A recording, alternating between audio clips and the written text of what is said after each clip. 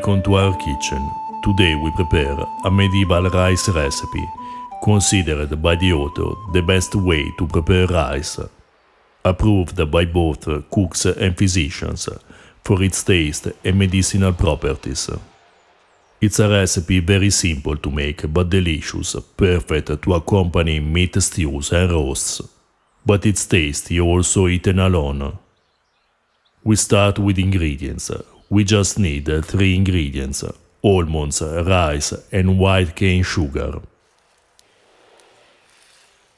First, we boil the rice in plenty of salted water for a couple of minutes.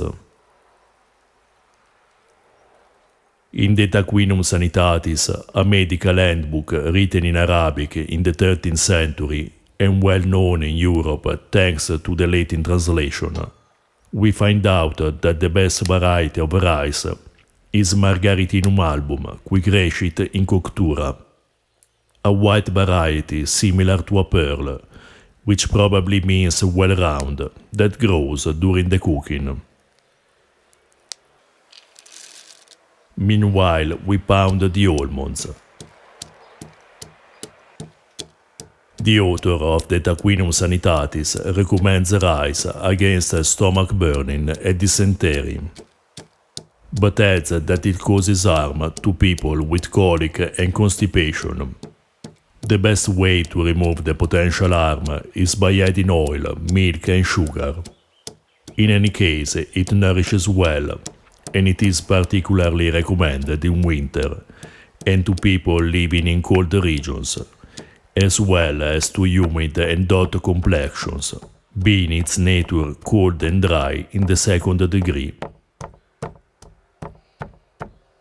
This recipe is part of a 14th century manuscript conventionally called Anonimo Fiorentino, but other manuscripts suggest preparing rice in the same way.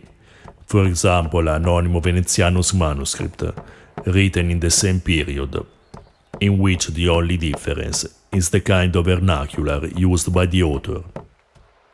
Blancmange is an evolution, more complex, of the same basic concept: rice or rice flour cooked in milk or almond milk, with almonds, sugar and other ingredients. There are many variations to this recipe. You find the link to a recipe for blancmange in the description below. We dilute the almonds with water and strain the almond milk. Almonds are among the most popular ingredients in medieval cuisine, and we find them frequently used to make almond milk. They were considered particularly healthy. According to Michele Savonarola, a 14th century physician, almonds have extraordinary properties. They nourish well and are easy to digest. In particular, with sugar, increase the brain and sperm, help to sleep, clean the urinary tract, and help to gain weight, in particular paired with raisins. To digest almonds well and prevent them from causing choleric humors, Savonarola suggests peeling them with hot water. Almonds are often used also to make sweets. In the description below you find a video for a delicious almond cream.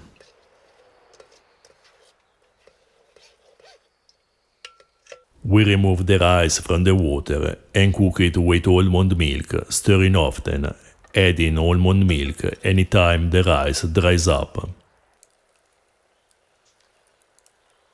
The physician Pietro Andrea Mattioli in the 16th century writes in one of his letters about medicine that almond milk with the addition of sugar is a very pleasant food that provides good nourishment. Cooked in milk, almond milk or fat broth, rice is easier to digest and tastes good, writes Mattioli again in his commentary to Dioscorides Materia Medica, following a long medieval tradition. Michele Savonarola indeed suggests the same, rice cooked in almond milk with a bit of sugar. The medieval author adds that it needs to be soaked overnight in the water obtained from squeezed bran. It is fundamental to cook it very well. Another good way to prepare rice is with meat broth.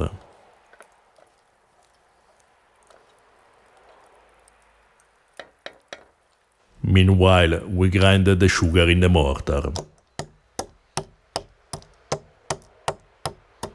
Sugar was known since the antiquity. We find it described in the works of Pliny, Dioscorides and Galen, in his De Simplicium Medicamentorum Temperamentis ac Facultatibus, as a sort of honey found in reeds in India and Arabia, with the same properties of honey, a concept we find repeated in many medieval medical handbooks. Savonarola instead believes that honey is less nutritious than sugar, considered a very healthy aliment. Both sugar and cannameli, which means honey cane and refers to sugar cane, are mentioned in the medical medieval handbooks. In the Middle Ages, cooks had at disposal different kinds of sugar, but the one considered most good and healthy was the white one, without impurities, suitable for the table of a noble. When the rice is almost cooked through, we add the sugar and cook for another minute, until the sugar dissolves. We reduced a bit the quantity of sugar, following our taste. Savonarola suggests a little quantity of sugar. Anonimo Fiorentino instead provides this ratio: 2 parts of rice, 2 of almonds, and half of sugar. The author specifies that this dish needs to be white and thick, so we used white sugar. But if you prefer, use a bit of brown sugar on top to give the plate a more intense flavor.